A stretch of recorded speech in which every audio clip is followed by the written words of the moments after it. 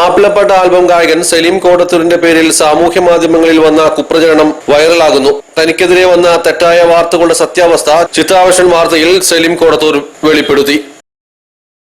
എനിക്കെതിരെ കുറച്ച് ദിവസങ്ങളായി വാട്സപ്പ്, ഫേസ്ബുക്ക് പോലത്തെ സോഷ്യൽ നെറ്റ്വർക്ക് മീഡിയയിലൂടെ നിരവധി ഫേക്ക് ന്യൂസുകൾ വന്നുകൊണ്ടിരിക്കുന്നതായി ശ്രദ്ധയിൽപ്പെടുകയും അതിനെക്കുറിച്ച് നിരവധി ചോദ്യങ്ങൾ വരികയും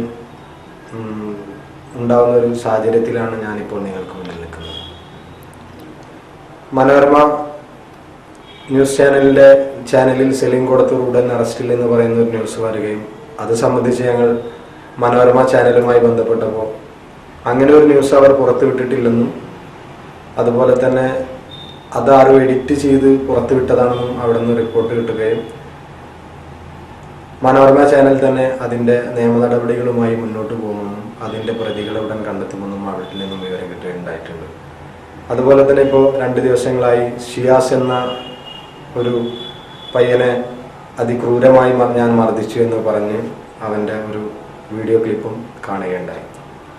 അതിൻ്റെ സത്യാവസ്ഥ എന്ന് പറയുമ്പോൾ ഒരു 10-12 ദിവസങ്ങൾക്ക് മുമ്പ് അവൻ്റെ ഫേസ്ബുക്ക് പേജിൽ പെൺവാണിഭ കേസിൽ സലീം കോടത്തൂർ 1-ാം പ്രതി എന്ന ടൈറ്റിലോടെ തന്നെ എൻ്റെ ഫോട്ടോ എഡിറ്റ് ചെയ്ത് അവൻ്റെ ഫേസ്ബുക്കിൽ ഇടുകയുണ്ടായി. അതിനെക്കുറിച്ച് ഞങ്ങൾ അവനോട് ഫോണിൽ വിളിച്ച് ചോദിച്ചപ്പോൾ അവൻ ഞങ്ങളെ വിളിക്കുകയായിരുന്നു. വിളിക്കുന്നവരൊക്കെ അവൻ തെറി പറയുകയായിരുന്നു. അങ്ങനെ ഞങ്ങൾ ഇവൻ്റെ നാട്ടിൽ തെരഞ്ഞു പോയി ഇവനെ കാണുകയും കണ്ട സമയത്ത് ചെക്കൻ വളരെ താഴ്മയോടുകൂടിയാണ് ഞങ്ങളോട് സംസാരിച്ചത്.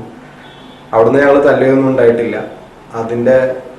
അവിടുന്ന് ചെക്കൻ മാപ്പ് പറയുന്ന ഒരു വീഡിയോ ഞങ്ങൾ എടുക്കുകയും ഞങ്ങൾ തിരിച്ചു പോരുകയും ചെയ്തു. അവൻ്റെ ഫോണ് ചോദിച്ച സമയത്ത് ആ ഫോൺ അവൻ തന്നെ നിലത്തേക്ക് ഇടുകയാണ് ഉണ്ടായത്.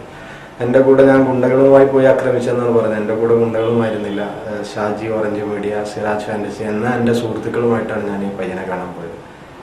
അവിടുന്ന് ചെക്കൻ മാപ്പൊക്കെ പറഞ്ഞ് ഞങ്ങൾ തിരിച്ചു പോകുന്ന ഒരു 4 ദിവസങ്ങൾക്ക് ശേഷം ഈ പയ്യൻ പഴയന്നൂർ സ്റ്റേഷനിൽ കംപ്ലൈൻറ്റ് ചെയ്യുകയും അഡ്മിറ്റായി മൊഴി കൊടുക്കുകയൊക്കെ ചെയ്തു. പക്ഷെ അതിനു മുമ്പ് എൻ്റെ കേസും ഞാൻ ചേലക്കര CI സാറിന് മുന്നിൽ ഞാൻ കൊടുത്തിരുന്നു. അവിടേക്ക് പയ്യനെ വിളിച്ചു വരുത്തി ഈ പയ്യനോട് ചോദ്യം ചെയ്ത സമയത്ത് പയ്യൻ പറഞ്ഞു അത് ഒരു ഗായകൻ പറഞ്ഞിട്ടാണ് ഞാനിപ്പോൾ കേസ് കൊടുക്കുന്നതെന്നൊക്കെ, ഞാൻ നിരപരാധിയാണ് ആ പയ്യൻ എന്നൊക്കെ പറഞ്ഞ് എന്നോട് മാപ്പ് പറഞ്ഞ് ആ കേസ് പിൻവലിക്കുകയുണ്ടായി. അന്ന് അതേ കേസിൽ തന്നെ എന്നെ കള്ളക്കേസിൽ കൊടുക്കാൻ വേണ്ടിയിട്ടാണ് അവരത് കള്ളക്കേസ് കൊടുക്കുകയും അത് ഫലവത്താവാതെ പോവുകയും ചെയ്ത സമയത്താണ് വീണ്ടും ഇതുപോലുള്ള ന്യൂസുകളുമായി അവരിറങ്ങിയിട്ടുള്ളത്. എല്ലാവരും ഇതിൻ്റെ യഥാർത്ഥ സത്യാവസ്ഥ തിരിച്ചറിയണമെന്നാണ് എനിക്ക് പറയാനുള്ളത്.